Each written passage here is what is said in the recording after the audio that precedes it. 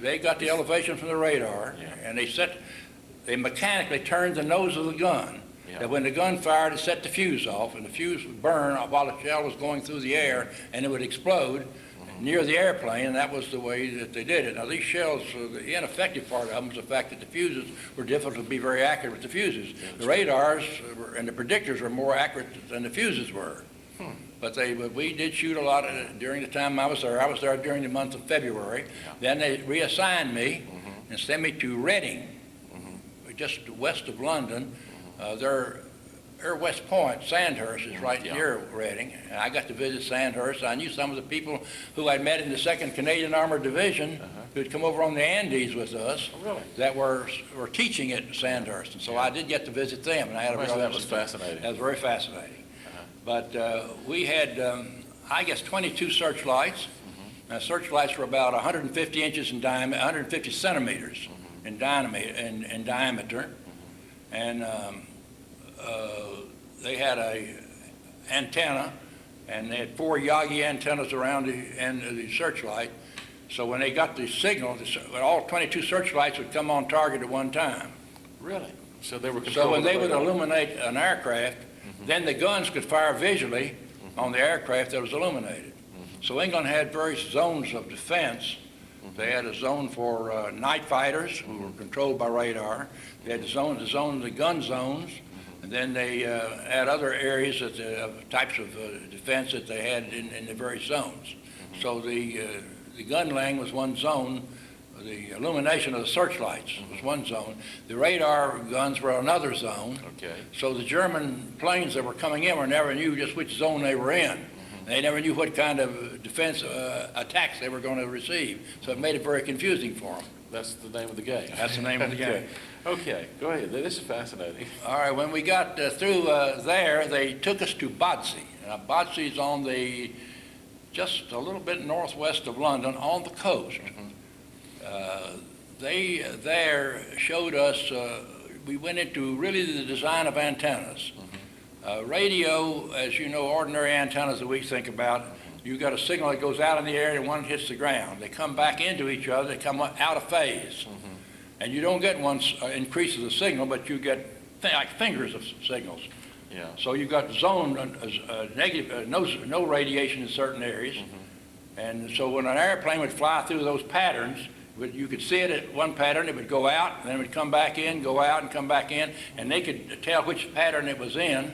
They would know its distance out by the distance out and back, because that's the way a radio signal travels, of course, at 186,000 miles a second, or 300,000 kilometers a second.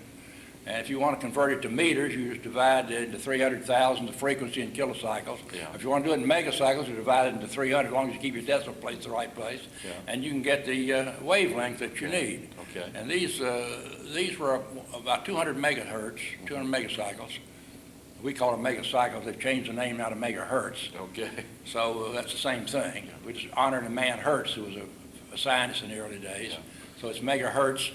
And if you divide that into 300, you can get the wave usually in centimeters or meters very, very quickly. We were 200, about 1.5 meters were the frequencies that we worked on. And that's a very high frequency. Those days, that was very high frequency.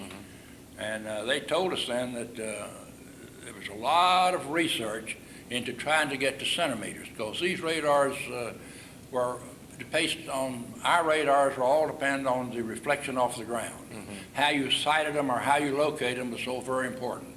When you got down to the centimeter range, then it was a direct sight like we have today. Everything's direct sight. It's such a different technique than we had back in those days. Things have changed so. Things have developed so. And you were there at the very beginning of this. America had developed what they called a klystron. It was a vacuum tube that would go down into the centimeter ranges, but it had a lot of capacity in it, and it was not really reliable. Two British physicists at the University of Birmingham in England developed a physical cylinder that they cut holes in it to the centimeter range. It's called a magnetron. And they brought it over to this country very secretly in 1940, right at the beginning of the war, about 1941 or 2, and took it to MIT to the radiation laboratory. And with the two working together, they developed centimeter radar.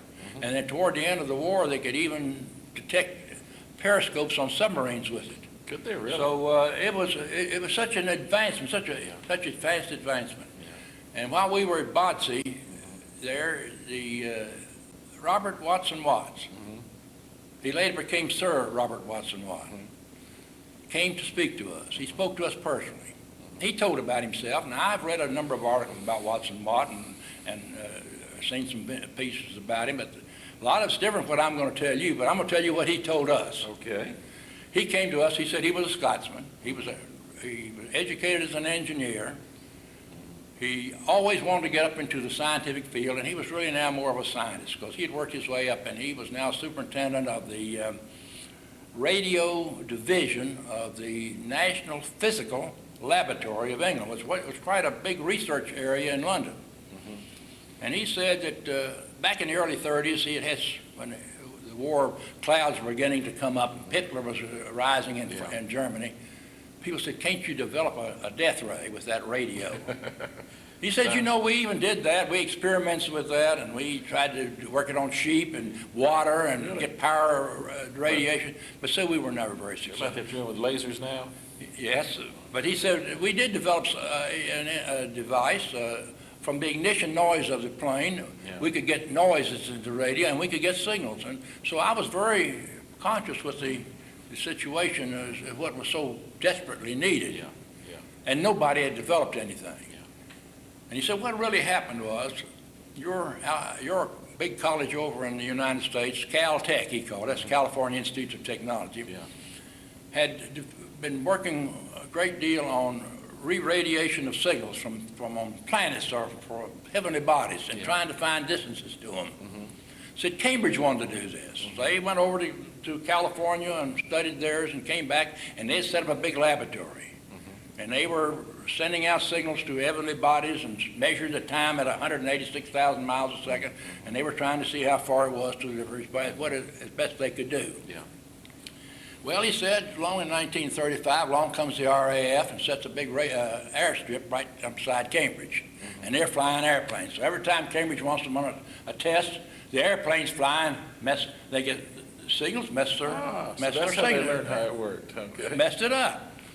And they said they complained to the RAF they wanted the strip moved.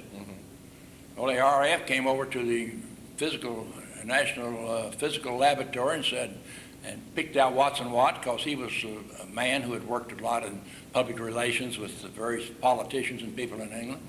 Said, why don't you go down to Cambridge and placate those people, and maybe we can get it worked out where they can live harmlessly together, that they can have the airstrip in the school and we won't mess it up.